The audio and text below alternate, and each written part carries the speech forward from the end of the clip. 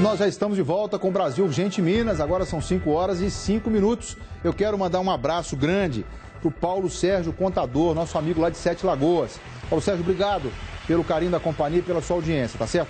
Agora eu quero, além de mandar um abraço, eu quero prestar contas. E aí, música pro doutor prestando contas bravo. Tem? Põe pra mim aí. Vou ficar bravo. Eu vou ficar bravo. Eu não quero essa. Isso. Melhorou, traz pra cá. Eu quero mandar um abraço pra dona Sebastiana, pro Eli, pro José e pra Enedina, do bairro Alto do Menezes, em Ribeirão das Neves. Sabe por quê, Nayane? Porque a cadeira de rodas que eles perderam, porque lá não tem calçamento, lá não tem nada que possa facultar, facilitar o trânsito de uma pessoa que faz uso da cadeira de roda, chegou. Agora, eles ligaram para cá, Fernandinha passou, para agradecer o que nós fizemos por ele. Nós não fizemos nada até agora, agora eu vou andar. Sabe por quê? Porque a prefeita de Ribeirão das Neves não me convidou para conversar comigo. E enquanto ela não me convidar, prefeito, olha para mim. A senhora é incompetente mesmo. A senhora é incompetente mesmo. Eu estou dizendo que o problema eu já mostrei. O problema eu já mostrei. Tá certo? A cadeira tá novinha. E a estagnação da senhora e de toda a sua equipe, toda, tá cheia de buraco. Péssima e vai continuar. qualidade. É isso mesmo. Vai continuar, sabe por quê? Porque a nota que a senhora mandou dizia, salvo o meu engano, e eu não estou enganado não, e se eu tiver também posso também, que não tinha previsão de consertar a rua. Essa é a desculpa esfarrapada que eu recebo de Vossa Excelência. Agora, não pense a senhora, termina o programa aqui, a minha consciência está tranquila, porque eu não pedi voto de ninguém, eu não assumi prefeitura nenhuma, eu estou aqui... Tão pé da vida. E tá mesmo, e a hora de mostrar é agora, mas enfim... Só quero dizer para a senhora o seguinte, eu continuo profissionalmente à disposição de Vossa Excelência e de todo o secretariado de Ribeirão das Neves para esclarecer para mim quando é que vocês vão colocar aquela rua lá em condições de ser usada por um cidadão que depende dela. E enquanto Vossa Excelência não coloca, dona Eli, manda para mim sempre um beijo, um abraço, dizendo que a senhora está usando a cadeira. Se a senhora não tiver, eu volto para cá e cobro a Prefeitura de Ribeirão das Neves. Tá certo? Olha só. Adolescente de 13 anos, é baleada na cabeça pelo irmão de 15, enquanto ela brincava de boneca. O crime aconteceu no leste do estado. O estado de saúde da menina é gravíssimo. Acompanhe comigo a matéria. Altamire Salino de Souza ainda está com a bala alojada na cabeça e respira por ajuda de aparelhos. De acordo com a madrasta da menina, a adolescente brincava de boneca nesse quarto quando foi atingida pelo tiro. Na parede, manchas de sangue. E ela falou assim, eu vou brincar. Eu falei assim, então pode, meu bem, pode brincar. Aí ela sentada brincando aqui e ele aqui. Aí nisso a gente escutou o tiro e gritou, ai meu Deus do céu. Aí a gente foi correr, era ela. A menor foi socorrida por vizinhos. O irmão dela, acusado de ter feito o disparo, fugiu, mas foi apreendido horas depois. Segundo o delegado responsável pelo caso, pai e madrasta tinham medo do rapaz, que além de ser agressivo, é usuário de drogas e pode estar envolvido com tráfico. As investigações continuam porque a polícia quer saber se um rapaz de 22 anos que estava no quarto na hora do tiro tem alguma participação no crime e ainda se o disparo foi acidental, como relatou o menor. Ainda de acordo com o delegado, durante o depoimento, o adolescente de 15 anos se comportou de forma fria. Durante as oitivas ele foi bastante frio, inclusive chegou a rir durante a oitiva, rir do fato de que ele estava com a arma e que demonstrou muita tranquilidade. Mesmo quando foi mostrado para ele o estado grave que a irmã se encontra. O menor pode ficar internado de 1 a 3 anos em um centro socioeducativo. O caso será repassado para a Delegacia de Proteção e Orientação à Família. O presidente do Conselho Tutelar de Ubaporanga relatou à nossa equipe que o órgão ofereceu ajuda ao adolescente para tratamento de reabilitação por conta do uso de drogas. Ele não quis e nós não temos potência para obrigar o usuário a aceitar os serviços do município ofertado. O CRAS, por sua vez, ofertou e deixou as portas abertas para ele. Falou muito certo o presidente do Conselho Tutelar. Infelizmente, no caso hoje da nossa legislação, não é permitido a internação obrigatória sem que um juiz determine que isso aconteça. Esse é que é o grande problema. Agora, vocês acompanharam comigo as imagens e viram. A casa toda, ainda por fazer, digamos assim, uma situação que demonstra uma necessidade primeira, uma necessidade primária, inclusive. Agora, lá dentro tem uma arma. Dentro dessa casa tem uma arma. E aí está o histórico, você está acompanhando comigo, o histórico do atendimento que foi feito ao adolescente. Diversas vezes foi ofertado para ele a reabilitação, mas ele não quis. Agora, deixa eu levantar mais uma dúvida aqui, né? Vamos conversar sobre isso. Será que a família, e aí eu vou falar porque a gente tem essa experiência mesmo, não dá para declinar disso. Será que a família não está devendo nada para ninguém? Será que a família, entenda o que eu estou dizendo, será?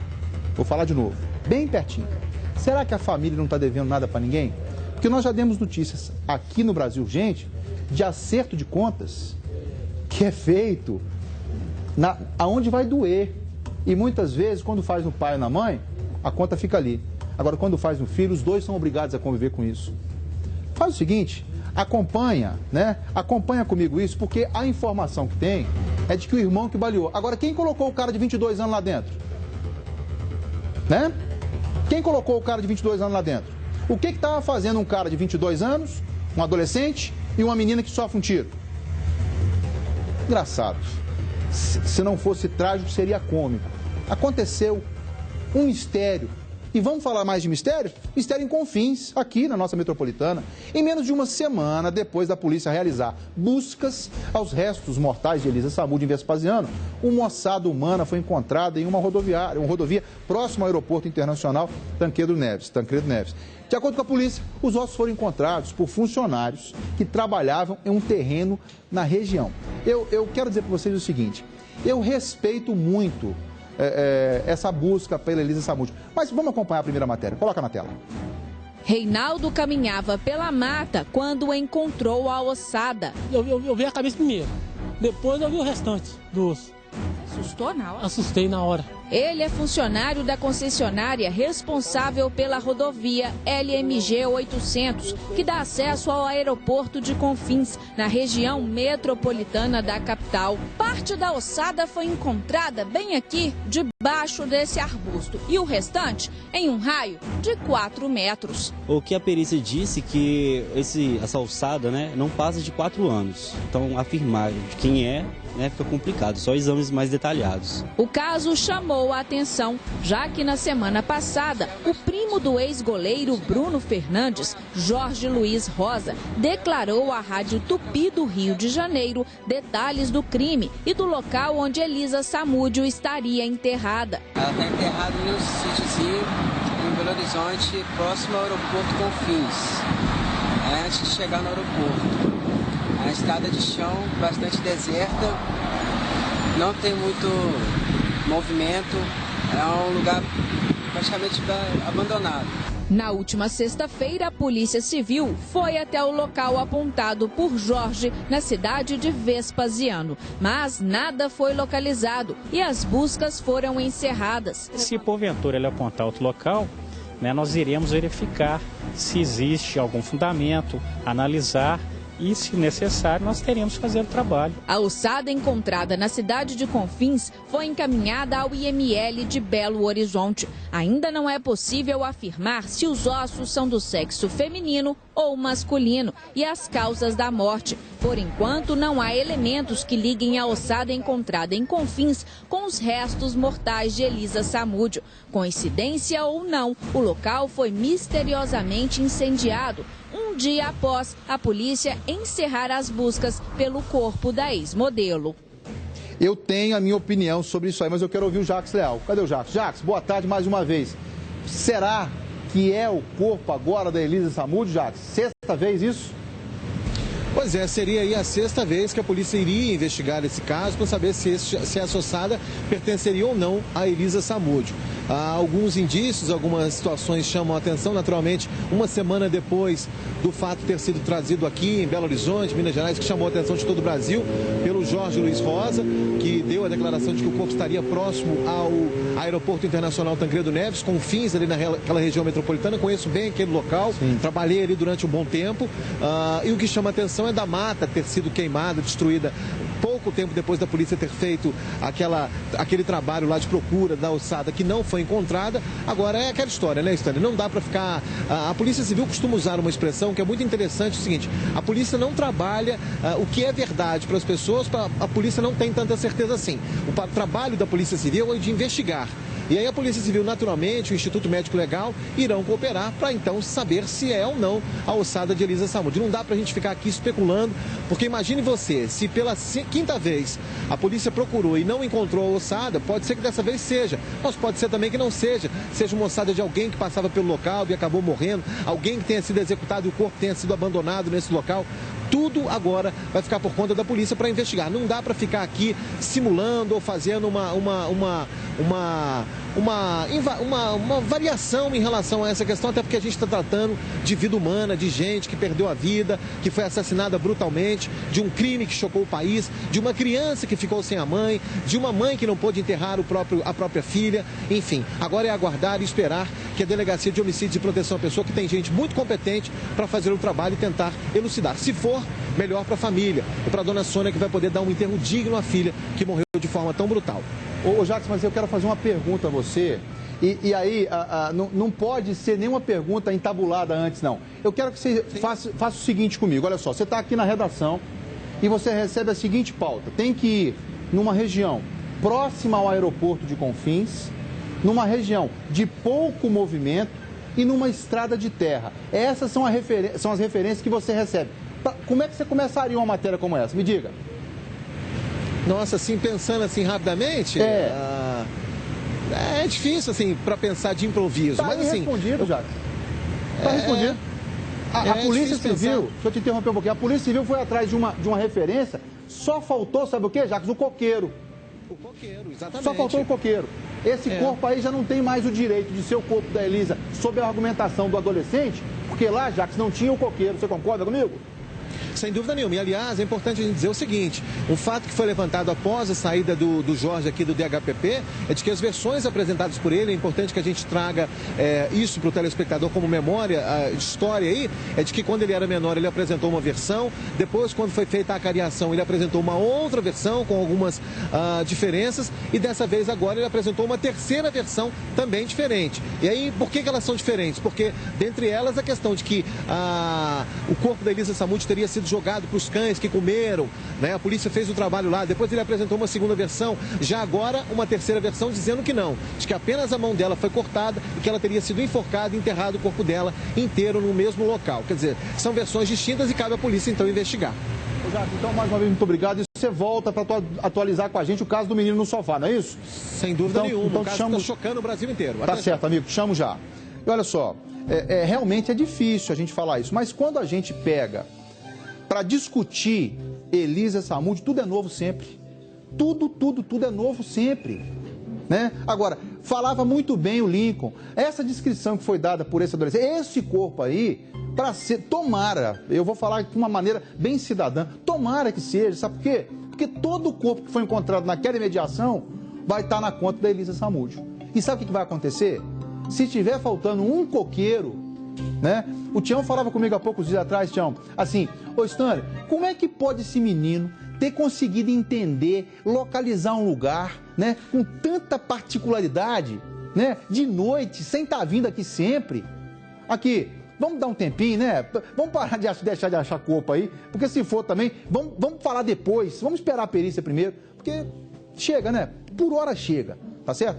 Agora, eu tenho um recado para você que já fez de tudo para emagrecer. Chegou a hora de usar Drena Corpus. Com ele, você vai fazer uma verdadeira lipo em casa, e isso sem cortes e sem cirurgia. Drena Corpus é ideal para prevenir a celulite, a flacidez, as estrias e a gordura localizada. Você quer diminuir até 8 centímetros da sua barriga, eliminando líquidos e gordura? Isso é possível porque Drena Corpus é composto de um modelador e 2 cremes exclusivamente projetados para você, que procura deixar seu corpo em forma. Drena Corpus é testado e aprovado, além de devidamente registrado na Anvisa. Veja esse depoimento real. Tem mais disposição para sair, para andar, para caminhar, que eu não tinha. Eu me sentia meio depressiva, queria ficar mais dentro de casa. Voltei a usar as roupas que estavam guardadas, que não dava mais para usar. É incrível, né, gente? Mas é verdade. Perca medidas agora mesmo com a melhor cinta modeladora do mercado. A Érica, minha querida, que está aqui e vai ensinar como é que faz para usar o Drena Corpus, querida. Boa tarde. Boa tarde, Stanley. Boa tarde a todos. Com o Drena Corpus, você pode ter o corpo que sempre sonhou e olha como é fácil. Primeiro, você vai usar um pouco do creme ativador de ocel, onde você vai colocar a cinta. Eu sempre demonstro aqui no abdômen, mas pode ser usado em qualquer parte do corpo que você queira emagrecer. Pode ser no bumbum, no culote, na coxa, onde você precisar perder medidas. Depois você vai colocar a cinta que vai ajudar a melhorar a ação do creme e ajudar também a eliminar líquidos e gorduras do seu organismo. Aí é só aguardar por 1 hora, 1 horinha apenas, enquanto assiste uma TV ou realiza qualquer atividade do seu dia a dia. Depois de 1 hora você retira a cinta e usa esse outro creme aqui, com colágeno e elastina, que vai melhorar a textura da sua pele e finalizar o tratamento. No kit, além da cinta e dos cremes, vem também uma fita métrica e uma ficha de acompanhamento para você anotar seus resultados e acompanhar seu progresso. Viu só, gente? É muito fácil ficar em forma. Tenha orgulho do seu corpo, use Drena Corpus. Então ligue agora mesmo para 4020-9262 e compre a sua Drena Corpus. Você compra a cinta modeladora e leva de presente todo o restante do kit. Ligue já e divide em até 6 vezes sem juros. Peça já a sua Drena Corpus com preço especial e em 6 vezes sem juros, ligando no 4020-9262. Obrigado, Érica. Obrigada. Olha só, agora chegou a hora do povo colocar a boca no trombone. E eles escolhem sempre o lugar certo. Porque se tem um homem que tapa a cabeça, a minha orelha está pendurada de um lado só. Eu falei com o JP, ô JP, muda de lado. Mas enquanto o meu pessoal estiver precisando colocar a boca no trombone, aqui é o lugar certo. Porque pais de alunos reclamam da segurança de uma escola no bairro Independência, na região do Barreiro. O muro da escola desabou em janeiro e até hoje não foi consertado. Acompanhe comigo a matéria. O muro da escola caiu em janeiro deste ano, segundo os próprios alunos, após uma forte chuva. Passados 7 meses, a escola está praticamente aberta. Tapumes foram colocados, mas em seguida, alguns destruídos. Os alunos conseguem entrar e sair pelos enormes buracos. Atraídos pela presença da nossa equipe, esses alunos que estavam na aula de educação física tiveram que ser contidos pelo professor. Pais de alunos estão indignados com a insegurança do local. É horrível porque não tem segurança. Em 2 dias de janeiro esse muro caiu, o diretor não faz nada, não toma nenhuma providência. Fica aí, ó, se cair numa criança e mata. Mas não há outra saída, tem que trazer o filho para a escola. Às vezes não fica sem estudar, atrasa os estudos dele, não tem outra escola, né? Infelizmente aí tem que contar com a ajuda, né, de Deus mesmo para poder abençoar de não acontecer nada com ele. Esta supervisora não quis gravar entrevista, mas confirmou a insegurança do local. Isso é perigoso para as crianças, né? Falta de segurança? Ah, com certeza. Mas eu não quero falar, não. Essas pichações teriam sido feitas por estranhos que entraram na escola e os próprios alunos se sentem inseguros. A gente tem medo até de alguém entrar aqui ou acontecer alguma coisa. A qualquer momento pode entrar gente que a gente não conhece e pode ser perigoso, até para os meninos à tarde que estudam, eles passam por aqui, pode se machucar, é perigoso. Vai que entra alguém armado e mata todo mundo, igual lá no Rio de Janeiro, né? Ninguém sabe do futuro. Preciso falar alguma coisa? Em nota, a Assessoria de Comunicação Social da Secretaria de Estado de Educação informou que o processo para a realização das obras de demolição e construção do muro e reforma do telhado da escola está sendo conduzido em caráter prioritário. Estou vendo, pela pasta. A licitação já foi concluída e a Secretaria programa a liberação dos recursos para os próximos dias. O investimento será superior a R$173 mil. Eu quero esse problema na minha agenda, viu? Eu quero esse problema na minha agenda. Vou discutir ele não, tá certo? Porque agora é hora de eu dar notícia boa. Traz pra cá. Gente, agora vamos falar de saúde. Sabe por quê? Porque o Ricardo, meu querido amigo do Colchão Oriental J2000, está aqui e tem um recado muito importante para você. Boa tarde, Ricardo. Qual é esse recado, meu irmão? Boa tarde, doutor Stanley. Olha, o meu recado é para você aí de casa, que sofre com má circulação sanguínea, que tem câimbras, varizes, dormências, dores nas pernas. Você que tem sérios problemas de coluna, como lordose, cifose, escoliose, hérnia de disco e até mesmo bico de papagaio. Ou então para você aí que sofre com dores musculares, dores lombares e acorda todo dia cansado. Gente, você precisa conhecer o Colchão Oriental J2000 e melhorar sua qualidade de vida. Só o Colchão Oriental J2000 possui diversas terapias comprovadas que podem te livrar destes e muitos outros males. E é muito fácil adquirir o Colchão Oriental J2000. Basta você pegar o telefone e ligar agora, 0800 038 2000 e agendar uma visita sem compromisso. E aproveite a nossa promoção. Na compra do colchão você ganha uma cama box e um lindo edredom. Melhore sua qualidade de vida já e acorde disposto todos os dias. Ligue direto para a fábrica, 0800 038 2000. Minha gente, esse colchão é simplesmente sensacional. Então liga lá na fábrica, 0800 038 2000. E olha, se tiver dano ocupado, não preocupa não, porque o sistema de ligação do Colchão Oriental J2000 identifica a sua chamada e a atendente retorna a sua ligação. Colchão Oriental J2000. Quem dorme bem vive muito melhor. Ricardo, obrigado mais uma vez. Obrigado, doutor. Olha só, esse crime que está chocando o país, eu vou voltar a falar dele com você, mas direto eu vou chamar o Jacques Leal. Põe aqui na tela para mim. Ô Jacques, atualiza para nós, para os nossos telespectadores, as últimas informações sobre esse caso. Pois é, Stanley, esse crime foi elucidado então pelo delegado que é o titular da 9ª Delegacia de Ibirité, na região metropolitana aqui de Belo Horizonte, que chegou à conclusão de que a mãe foi sim a responsável por esse assassinato. Um crime sem precedentes, está chocando todo o país. Um menino, o Kevin Gomes Sobral, de apenas 2 anos, que lamentavelmente acabou perdendo a vida. O detalhe que chama atenção é a futilidade. A criança então estava com a mãe, que apresentou várias versões. Aliás, eu vou trazer detalhes desse caso daqui a pouquinho, depois da matéria exibida. E durante uma discussão com a criança que estava com o celular na mão, que era da mãe, a mãe tentou pegar o celular, o menino, numa reação de criança mesmo, tentou então dar um tapa na mãe, ela pegou o menino, jogou o menino, segurou-o pelos braços e acabou jogando ele em cima da cama. O menino então acabou batendo a cabeça, teve então um traumatismo craniano e, acreditando que ele estava desacordado, já que estivesse morto, a mãe então tomou uma atitude pior, colocou o filho escondido, Stanley, escondido, atrás do sofá da casa dos cunhados. Mas esses detalhes a gente traz da reportagem que eu fiz aqui no DHPP, onde a mãe foi apresentada. Veja aí.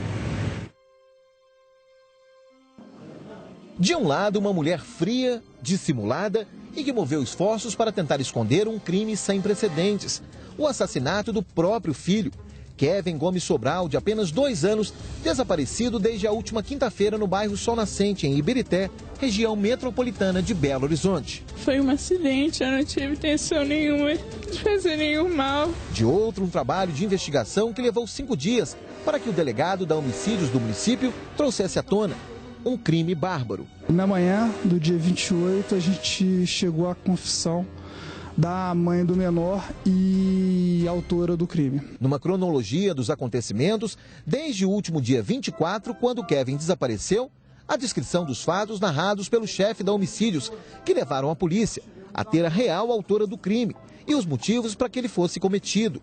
Um celular, uma tentativa de correção, que terminaram com a criança escondida no interior de um sofá, na casa dos cunhados da autora. A criança tentou pegar no telefone celular dela, ela foi tomar o celular da mão da criança, a criança tentou revidar com um tapa no rosto dela, ela segurou a criança pelos 2 braços e jogou a criança contra a cama. Nesse ato, a criança veio a bater a cabeça na parede e ocasionou um traumatismo craniano que provavelmente levou à morte da criança. Marília Cristiane Gomes, de suspeita, que chegou a pedir ajuda aos bombeiros, socorro aos próprios familiares e até mesmo procurar a delegacia de desaparecidos aqui de Belo Horizonte na tentativa de localizar ao próprio filho a reconfessa de um crime que, segundo a polícia, é considerado bárbaro.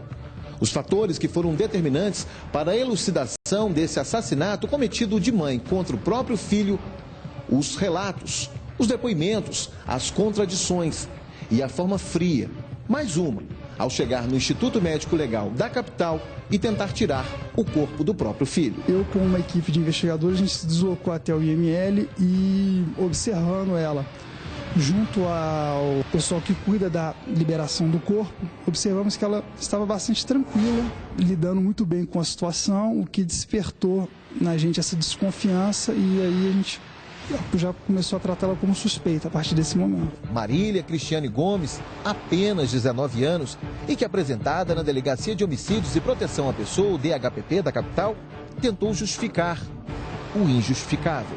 Ele pegou meu celular, jogou no chão e ele me deu um tapa próximo ao rosto. Eu ia colocar ele de castigo sentado em cima da cama, só que ele esticou as perninhas e quando eu soltei, eu acho que eu soltei com força e ele bateu a cabeça de uma vez.